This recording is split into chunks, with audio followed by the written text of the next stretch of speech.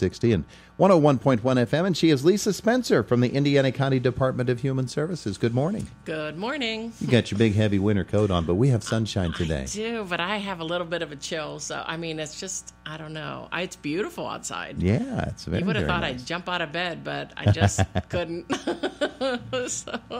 All right, so let's spend some time talking about some things, including something really cool coming to Homer Center. Yeah, bubble soccer. Yeah, this is our first attempt, so we're going to try to see if this works.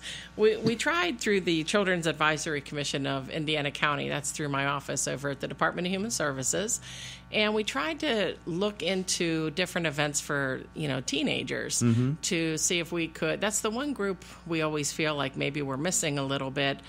Just to do events for that population. But it's difficult to get that population together because so many of them are, in extracurricular activities. So Sure. It's kind of tough to get them. So anyway, we are doing this bubble soccer tournament, and I just can't wait to see it. So this is an event. It's going to be on this Saturday, April 6th, out at Homer Center High School. And hopefully it's going to be nice so we can be outside on the fields. Partly sunny and 63. Oh, that's even better. Maybe I just need a sweatshirt, not There a you winter go. jacket. And There you go. so we do have, I think we have 4 older teams, and then we opened it up just to get some extra teams. We opened it up to a couple like middle school teams too. So I think we have 3 or 4 younger teams too. So we're just gonna let them play each other because we don't want anyone to get hurt. But the idea is, so you get a team and you have at least 5 people. But you can go up to 10 in case. I don't know how much running it is. I don't know how hard it is. It's a lot. You It get seems into like this it's a lot. giant bubble and you run around and play soccer. You get your own little bubble. You get your own little bubble, and apparently, like what I want to see is how they bounce off each other. So I think that will be really fun. Yeah. So we'll play kind of like a round robin tournament thing, and just see how the kids like it. But what we'd really love is for the community to come out and watch. It's a free event. The only thing, there will be concessions that you can pay for, but I think that's going to be a good fundraiser for whatever group takes that. We have to give a big shout out to Joni Rainey from Homer Center. Yeah, he's been really good working with us because we were trying to do this with the school district to promote more interest. So we really appreciate being able to use the Homer Center fields. And it's just a hard thing to do because now we're into track and baseball, and Sure. in the fall it was it's football and cross country, or all these different events. So it's hard to find a time during the year when the students aren't busy. Yeah, and then in the summertime, of course, they're away on vacation. Yeah. And it's hard to get them then, too. It's tricky. So we're going to try this. This is our first attempt, and then we'll see how it goes. But that's going to be this Saturday from noon until 5 at the Homer Center High School. And we would just love everybody to come out and just kind of watch it and be a community supporter and just see how it goes. Have fun watching the kids. I'm pretty excited. Yeah. I'm hoping the kids have fun. You're not tempted to get inside a bubble yourself? No, I'd probably have a heart attack right now. So, no, I don't want to be running around the field. Isn't that a shame? But, in my younger days, that would have been really fun. In my younger days over at Indiana High School, we did donkey basketball. Remember that? Oh, yeah. Yeah, donkey basketball. They still do that. They did it at Salzburg here a while back. Oh, I didn't even know that. I just figured that was something from the old days before they had like cool things like bubble soccer. They still do that. They do that, and they do the that's one of the great fundraisers. Yeah, it was actually it was hilarious. The donkey basketball was fun. Bubble soccer, and that's a Children's Advisory Commission. Yes, grouping, this is with Kathy Abbey Baker's our consultant for the Children's Advisory Commission, and she works in my office. And so she's really put a lot of work. But actually, we've been working with the Teen Takeover Group. It's another section that we have under the Children's Advisory Commission. So we were trying to let the youth advisory board from Justice Works Youth Care, have them help us out with this and try to plan some of it. We wanted the youth to be involved in this. This is actually their idea. They came up. The youth came up with this idea. They wanted to play bubble soccer, and there were a bunch of different things we were looking at for teenagers, but this one seemed to get the most ground. We were thinking like fishing tournaments and things like that, but well, I'm not touching the bait either, so. So I'm not doing that. I'm not a girly girl, but with that I might be. Well, bubble fishing is probably the next thing. You could you see him just floating out on the water? That'd be actually could. Funny. I actually could. It should be a fun event, though. I'm pretty excited about it. It's like I said, we're going to see how it works, and I'll give you an update when I see you again. So, what time Saturday?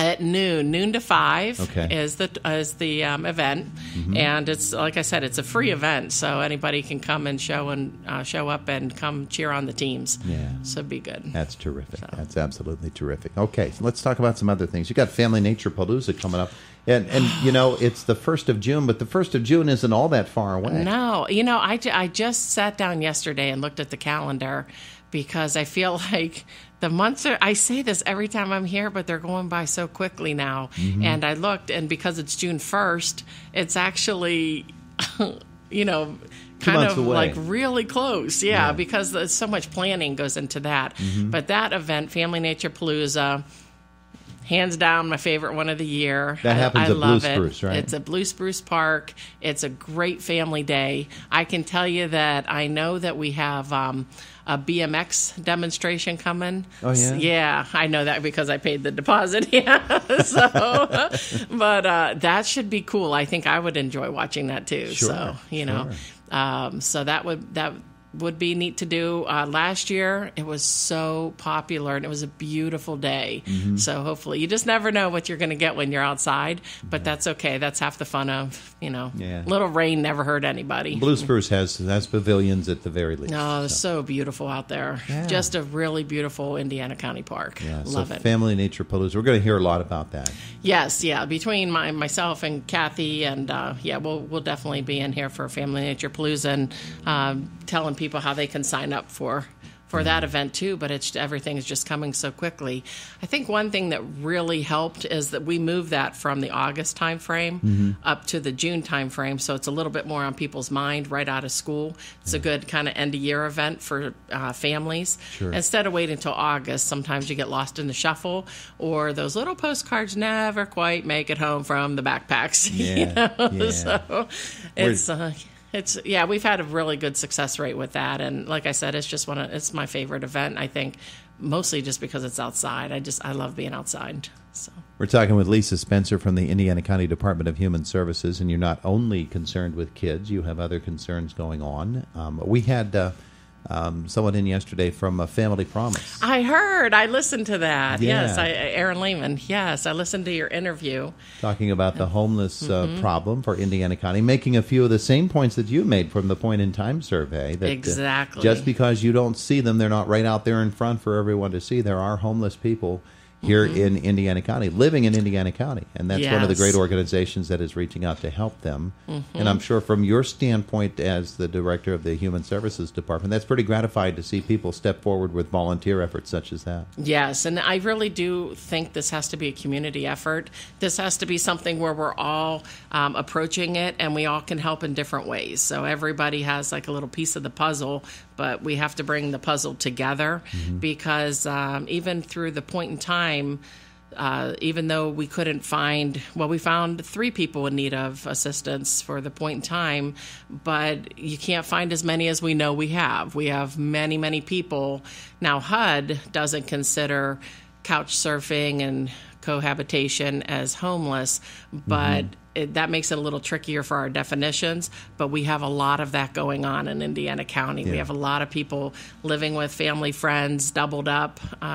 So I believe when we worked with the point in time, Andrea Sheasley from RNIU, she's the regional homeless coordinator, I believe she told me that they had in Indiana County 79 children that were identified as homeless that she's working with through the schools.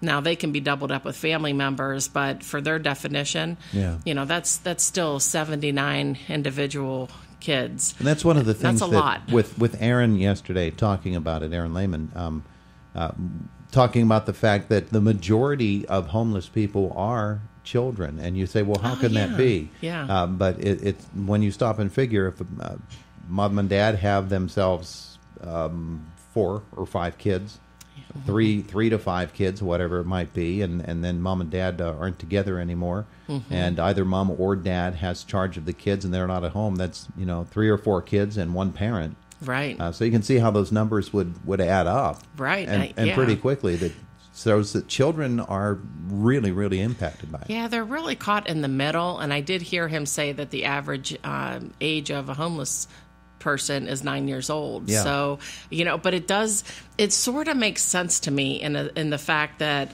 if you're living in a car and you don't want, somebody to, like children and youth or someone to find out, then, you're kind of just trying to keep to yourself. Mm-hmm. But the bottom line is we want people to be safe, and sure. we want the kids to be safe. So if we can talk to people and let them know, even if we had to get you to the emergency shelter, there are avenues and ways that we can help. We can have case managers and to move people into housing. There are avenues for this, and they can stay together as a family.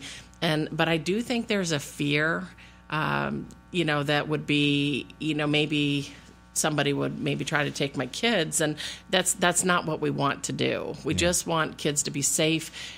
Even though it looks beautiful out here today, it's still going down in the 30s at night. It's still pretty cold, for, if you're in a car. So, the bottom line is every kid deserves to be in a warm, safe environment. Every adult deserves to be in a warm, safe environment.